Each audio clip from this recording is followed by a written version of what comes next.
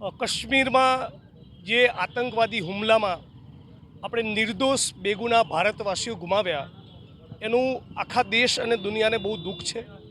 આ અત્યંત શર્મનાર ઘટના છે।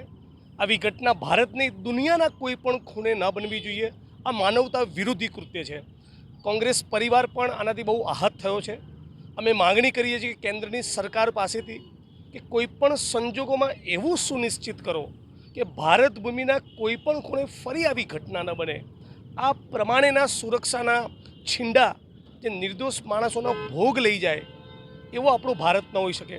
અમે બધા સાથે મળીને આજે એક નાનકડી રેલી કરી છે, મૌન પાડ્યું છે, મીણબત્તી પ્રગટાવી છે।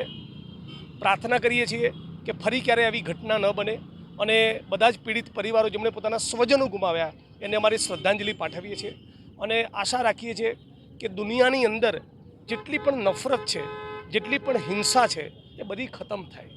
આ ગૌતમ બુદ્ધની ભૂમિ છે, મહાવીરનો દેશ છે, ગાંધીનો દેશ છે, ડૉક્ટર બાબા સાહેબ આંબેડકરની ભૂમિ છે। આપણા દેશમાં આવી હિંસાને કોઈ પણ સભ્ય સમાજમાં આવા કૃત્યને સ્થાન ન હોઈ શકે।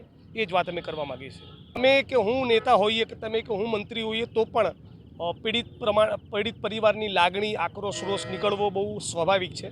એમણે એમની જે પણ વેદના હતી, જે મહેસૂસ કરી રહ્યા હતા એમણે વ્યક્ત કર્યું લોકોની સમક્ષ અને સત્તાના સ્થાન ઉપર બેઠેલા માણસોએ બહુ લાગણીસભર બનીને એ મુદ્દે બહુ ગંભીરતાથી વિચાર કરવો જોઈએ અને હું આશા રાખું છું કે આપણી સરકાર એ યોગ્ય પગલાં ભરે, ફરી આવી કોઈ ઘટના ન બને એવી જડબે સલાખ સુરક્ષા આપણે ઊભી કરીએ।